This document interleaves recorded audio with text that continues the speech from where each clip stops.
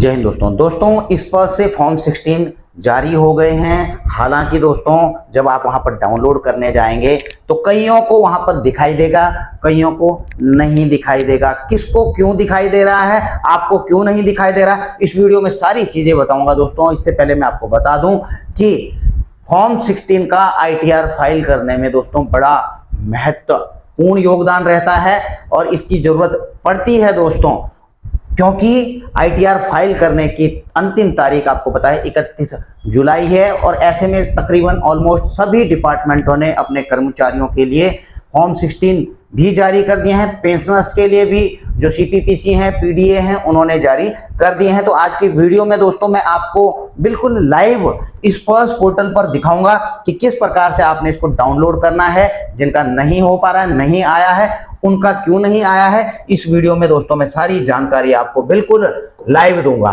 तो ये है दोस्तों, मैंने इस पर्स के पोर्टल पर लॉगिन कर लिया है। आप ये स्पर्श का पोर्टल देख ही रहे हैं। तो इस प्रकार का दोस्तों आपका स्पर्श का पेज आ जाता है लॉगिन करने के बाद। लॉगिन कैसे करना है दोस्तों, मुझे लगता है आप सबको आ गया है, बहुत बार बता चुके हैं।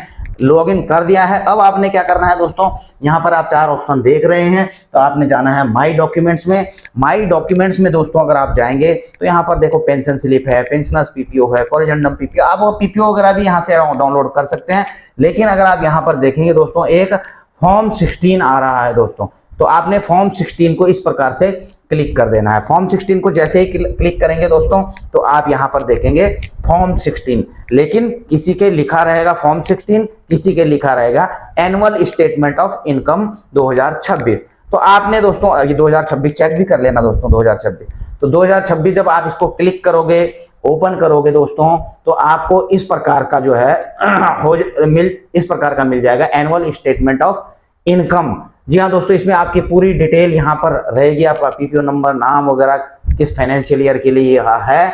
तो इसके बाद अगर आप दोस्तों इसको आगे चलेंगे, आप बोलेंगे यार ये फॉर्म 16 तो है नहीं, ये एनुअल स्टेटमेंट क्यों आया है हमारा अनेक्चर A में।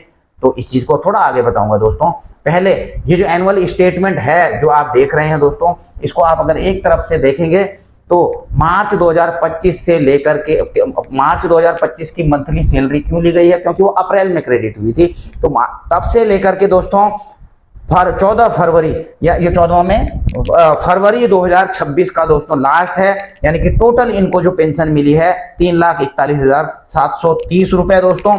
और यही वो कारण है कि इनको जो है दोस्तों फॉर्म 16 जारी नहीं किया गया है। अब आप सोचेंगे यार ऐसा क्यों। देखिए दोस्तों, अगर आपकी पेंशन से TDS कटता है, यानी कि आप टैक्स के दायरे में आए हो, और टैक्स का दायरा तो 12,75,000 रुपए है, और 12,75,000 से ऊपर आपको पेंशन मिली है, और डिपार्टमेंट यानी कि स्पर्श PCD की तरफ से आपके पेंशन से TDS काटा गया है दोस्तों, तो ऐसे में आपको जारी किया जाएगा फॉर्म 16। लेकिन आप टैक्स के दायरे में नहीं आ रहे थे, आपकी पूरे साल भर की इनकम और आपके पेंशन से TDS नहीं काटा गया है, तो आपको जारी किया जाएगा दोस्तों यह एनुअल स्टेटमेंट। इस चीज को आप पूरी तरह से समझ गए होंगे, केवल फॉर्म 16 मत ढूंढते रहना। अब आप बोलोगे कि हमें जब ये मिलेगा तो हमने इसका करना क्या है। देखिए दोस्तों, आपने इसी को डाउनलोड कर लेना है, ठीक है, क्योंकि आपकी एनुअल इनकम यह है। अब ITR भरने के लिए मैंने आपको बताया था पिछली वीडियो में दोस्तों कि केवल फॉर्म 16 से ही ITR नहीं भरा जाता है।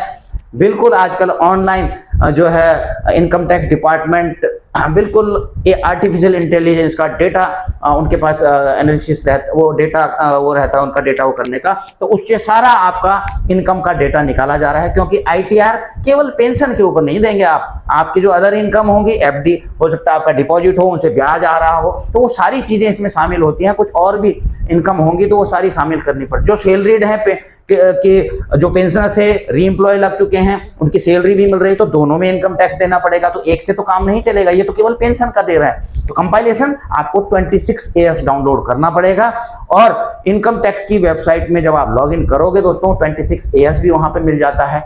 इसके अलावा AIS भी वहां पर मिल जाता है, TIS भी मिल जाता है। तो सारी चीजें डाउनलोड करके दोस्तों उनको कंपाइल करके कहीं से कुछ मिसिंग तो नहीं हो रहा, तब जाकर के दोस्तों आपकी ITR फाइल आपको करना चाहिए, ताकि कोई उसमें त्रुटि ना हो, इनकम टैक्स की तरफ से उसमें कोई ऑब्जर्वेशन लगा करके आपको ना भेज दिया जाए। तो आप इसको दोस्तों इस चीज़ को समझ गए होंगे कि कैसे डाउनलोड करना है, और इसी से आपका काम चल जाएगा। अगर कोई बोलता भी है तो बोला हमको जो है टीडीएस नहीं कटा है, तो एनुअल स्टेटमेंट ये है हमारी पेंशन की, बाकी आप जो है निकाल लीजिए कितना इंटरेस्ट एआईएस उसमें आ जाता है सारा 26 ईयर्स वगैरह में, तो ये सारी चीजें निकाल लेगा। वैसे तो आप भी चाहें तो पेंशन का या सैलरी का तो इजीली आप भी ITR 1 करके जो है फाइलिंग शुरू हो चुकी है, आप उसको आसानी से भर सकते हैं। तो दोस्तों कैसी लगी आपको वीडियो? अन्य भी किसी भी डिपार्टमेंट से दोस्तों अपने डिपार्टमेंट से फॉर्म 16 ले लीजिए, और अपने जो अन्य सेंट्रल गवर्नमेंट के पेंशनर्स हैं वो अपने बैंक CPPC में जाकर के अपना